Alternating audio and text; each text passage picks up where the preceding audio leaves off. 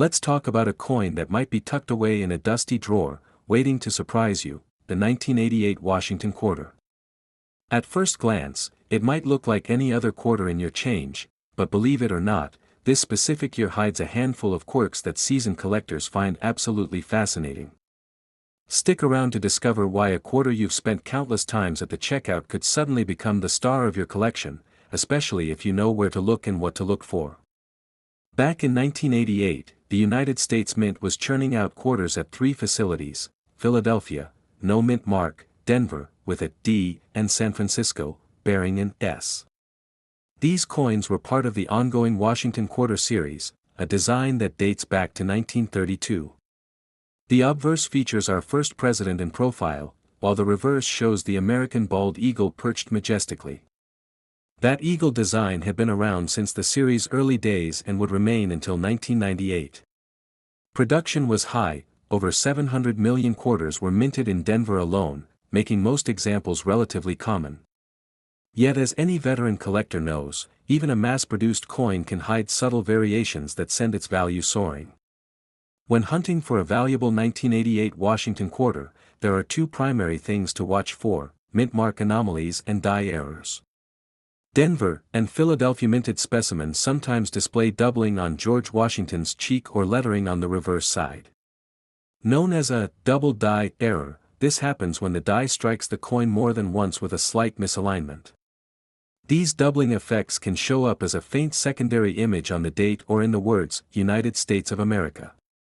Then there are mint mark overstrikes, like a small D punched over a worn-away P.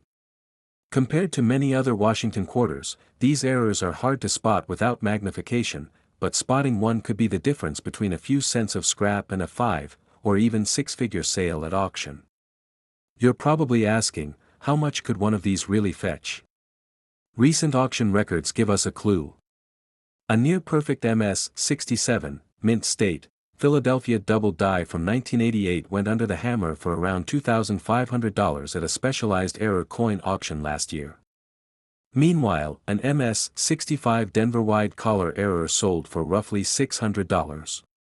By comparison, a typical circulated 1988 quarter trades for its face value or up to $1 at most.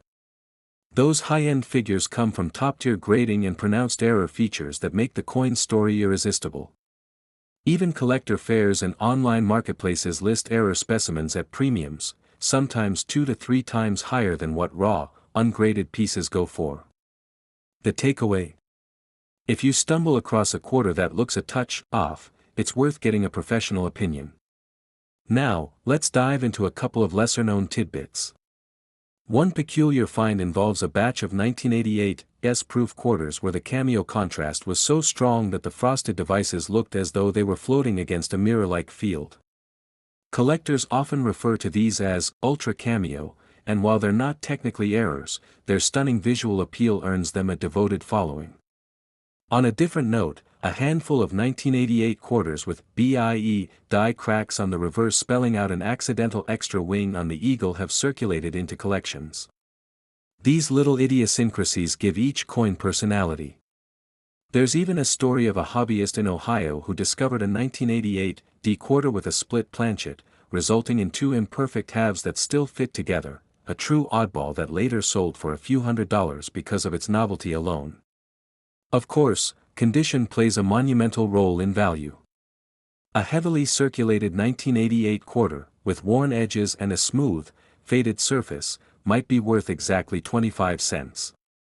Step up to a crisp negative 58 Australian dollars, about uncirculated, and its value climbs to $1 or $2 among marketplace sellers. Once you hit MS-63, mint state, you're looking at perhaps $10 to $20 for standard pieces. From there, each grade jump adds another $10 to $50, depending on which mint struck it. If an MS-65 specimen shows even a whisper of luster and no scratches, you could be in $50 to $100 territory. Should that coin boast a recognized double die or other error, values can multiply dramatically.